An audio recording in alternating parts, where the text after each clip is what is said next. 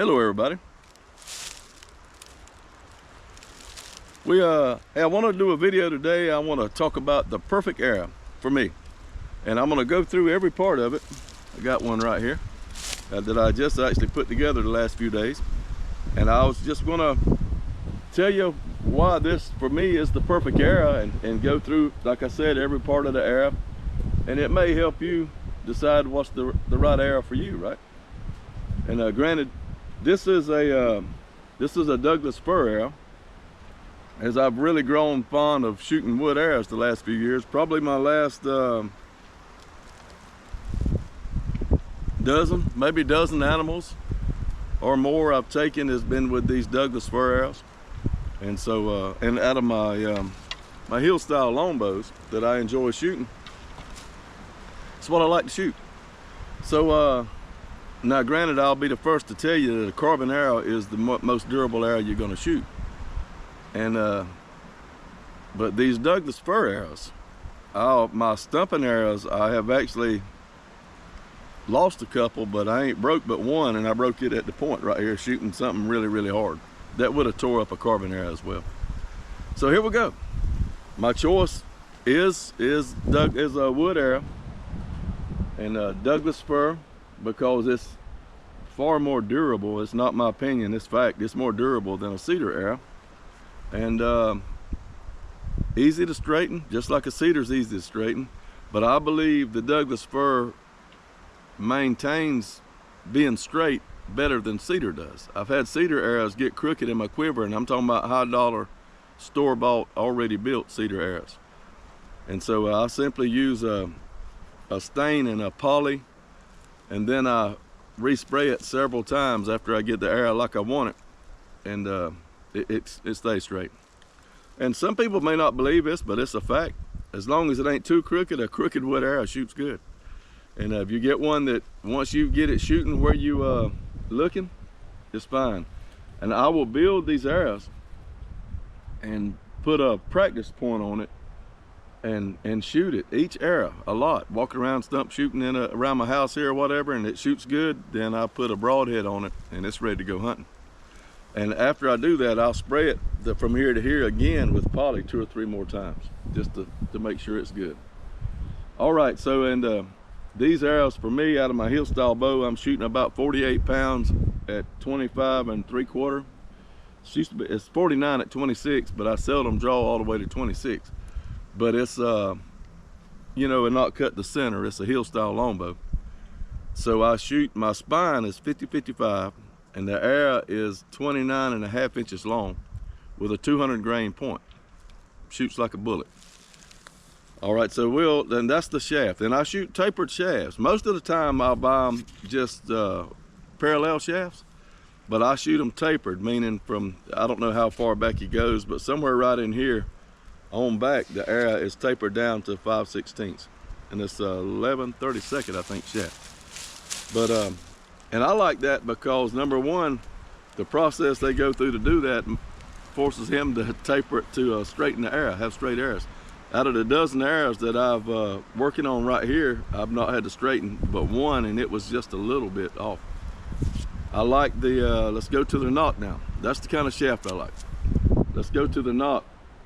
And wait, before I do that, I will say on carbon arrows, if I was shooting carbon arrows out of this bow, it would be 600 spine with 300 grains in the nose plus. Probably 100 grain adapter, 200 grain point, yeah, 300 grains in the nose. And they would probably be a 30-inch arrow. All right, so let's go, let's talk about the Nock. The wood arrow Nock, I like the one that has the, I think these are called classic Nocks. They snap on, real light snap on. And hold on one second, I'm missing my dog. Daisy Mae! Oh, I see her right there. She'll go amiss. So, sorry about that. I use the classic Nock. It's a snap-on Nock. And I like the one with the little flange right here, because I can feel it with my thumb. You notice I don't shoot an odd cock feather. I just buy all my feathers the same color. Some of them I have like that, but not very many. And so I find this, like I never have to look and say, well, this is the way I got to turn it. Through time and practice, I feel that flange with my thumb and automatically put it on the string right, without looking. And like in the morning, it's still dark. I get up in the tree stand and get an arrow knocked up. I don't have to look. I just grab that flange and put it on the string. You're making a quick second shot, or you got on pigs and your arrow's in the quiver, get it out the quiver and don't even look. Snap it on the string. I really like that flange right there. So that's the kind of knock I use. And these are, 5/16 knocks. If you get the bigger one if your arrows are not tapered. Some people like to shoot barrel tapered. I think James shoots barrel tapered arrows. James Woods. And I see the logic in that because, when I shot river cane arrows, which in my opinion are more durable than these, but they just a ton of work in building a good river cane arrow. But the river cane arrows, they are tapered naturally tapered from here down, and they're really durable. But a lot of guys shoot the I don't know what you call it, foreshaft inside the river cane arrow. But also, if you build river cane arrows, you'll definitely try to thin that end as much as you can for penetration, and you don't have a great big giant shaft for penetration. The barrel tapered, meaning it's tapered on this end and it's tapered on this end and big in the middle, gives you the smaller knock and more weight forward, but also it thins this to aid in penetration as well. Does that make sense?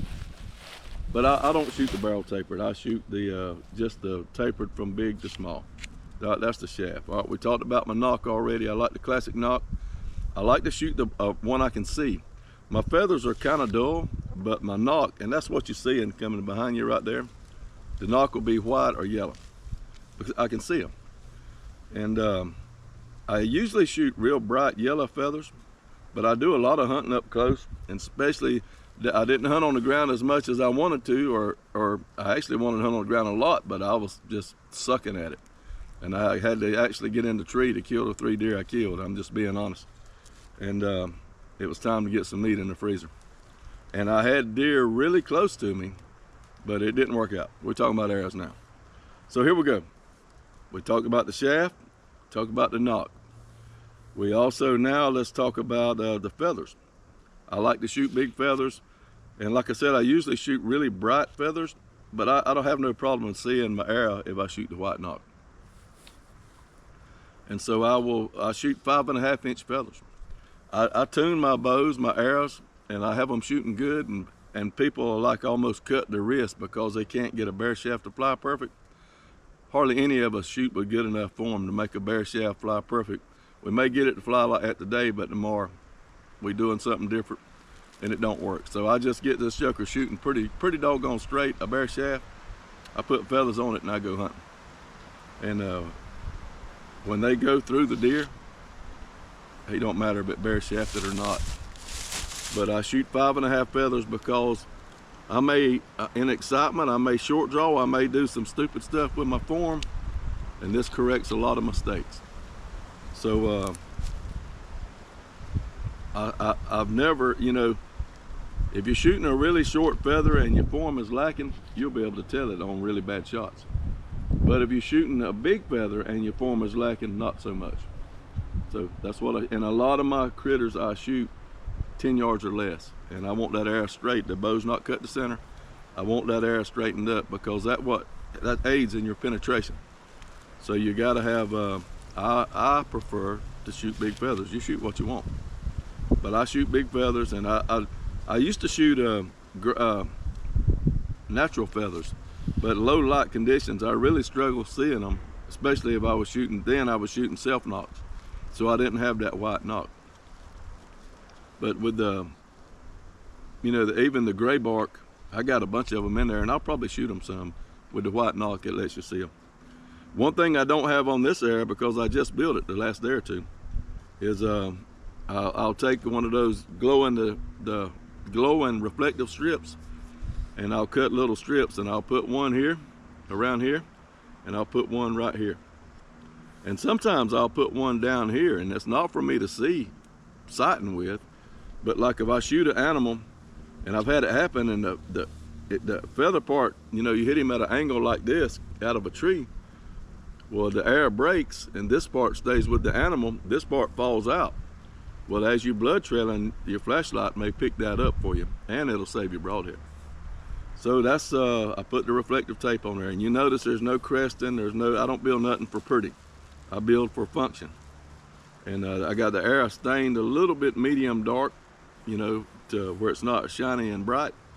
But nothing I do hunting is for looks. It's all function. Big feathers for function. And the barred feathers look pretty cool, so I'll take that back. Maybe I do have something on there for a little bit of pretty, instead of just shooting a dull yellow one. A lot of the yellow feathers I'll put on there, I'll take a black magic marker and make them barred. So you might have seen some of those and thought that they were store-bought. I actually did that myself after it was on the air. But there you go.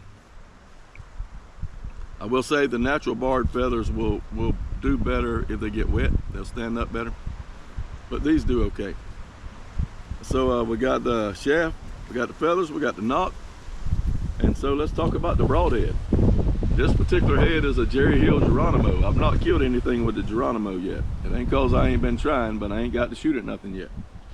But I have with the regular non-serrated head, and with I killed an 8-point with the saber tooth that's serrated from here back. And I didn't really go seeking out to shoot these heads. It kind of came about. Mr. Donald Dobbs gave me one, gave me 3, and I wanted to shoot a deer with one of his broadheads, and I did. Then my buddy Sean Bob gave me some, so I had it left me with 9. Sean gave me 6. I had 9 broadheads. So the broadhead is actually what I'm after as a traditional bow hunter shooting low pounds. They're long. The width to length is I think better than 3 to 1. It's one reason I like a Winslow Woodsman broadhead. It's kind of the best of all the worlds for a low poundage. You got a hole rather than a slit, and it's a 3 to 1 ratio, and really easy to sharpen. Well, these are they're 3 to 1, and the serrated part really it don't matter to me about that. I know a steak knife works, and I know that the 8-point that I shot with the serrated one from here back, I know it was an awesome blood trail. And the broadhead didn't just poked out at his heart. It didn't come all the way through. It actually hit his leg bone. So I didn't get that much blood from the exit. It was all entrance wound blood, and there was plenty of it. And you can watch that video and see the blood trail. And it's called 8-point bit by a saber tooth, or saber tooth bites an 8-point, or something like that. But anyway, the Jerry Hill broadhead it's kind of just a weird way I come across shooting them. But I like them so much after I got them, and I bought some of these now. And Jerry, I'm transparent. I don't hide nothing. Mr. Jerry sent me these 3 Geronimos to shoot for free. He gave them to me. But I had bought, you know, some saber tooths from him. And so I'm going to hunt with these Geronimos, and Lord willing, shoot something with them sooner or later. But they're fine heads. They are the sharpest broadhead I've ever bought out of a pack new, and they're very easy to sharpen. I really like Simmons broadheads, but what I like about this above the Simmons is, number one, the Simmons has that continuous curve, and it's a little tough to sharpen.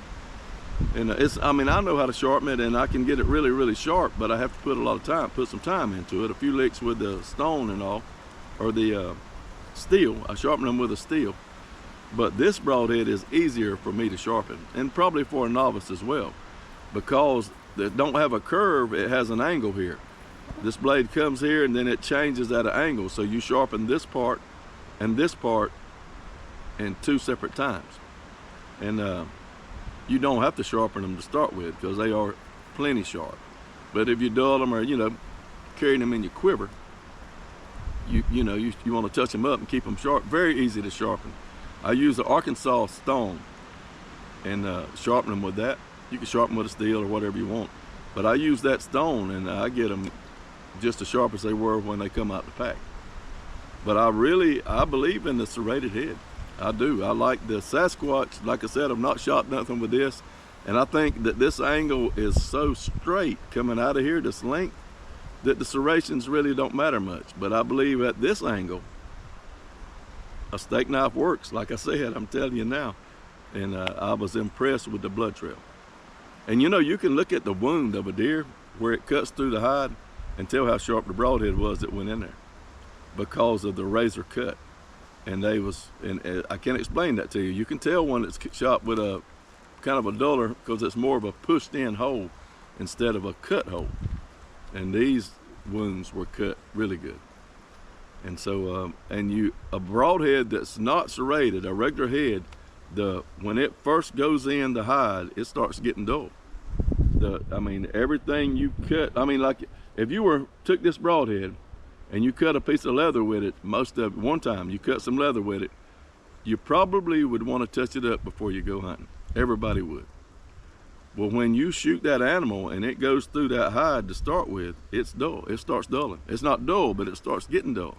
And the farther it goes in, the duller it gets. And if you'll watch your exit wound opposed to your entry wound will be a really straight, beautiful cut. And like I said, you can tell it's a razor cut. But going out, it'll be a little more ragged because the broadhead is duller on exit. That's where I think your serrations come in, because the serrations, they cut. A steak knife works, I'm telling you. I really like these. The only thing, Jerry is making one that's coming out with this year that's 1 9/16 inches wide. And if the angle of the blade is a whole lot more, then I think the serrations maybe at the poundage I shoot, I may stay away from the serrations because that angle will be so steep that maybe the serrations grab. Whereas, unless he does the serrations at an angle, I don't know how he's going to do that. But the ones I'm going to I'm buying from him, when they come out, I'm going to use just the straight ones. But on these that are more narrow with more of an angle here, a less of an angle, I should say, I really like serrations. And I normally don't shoot big boar hogs, but I can't wait to get an opportunity to run one of these through a big boar hog just to test it out. But I know it's going to get in there and do the job if I hit him in the right place. So I've been shooting, that's why I got my tab on my finger. So that's pretty much what I like about this. Is the perfect arrow for me. I really like it.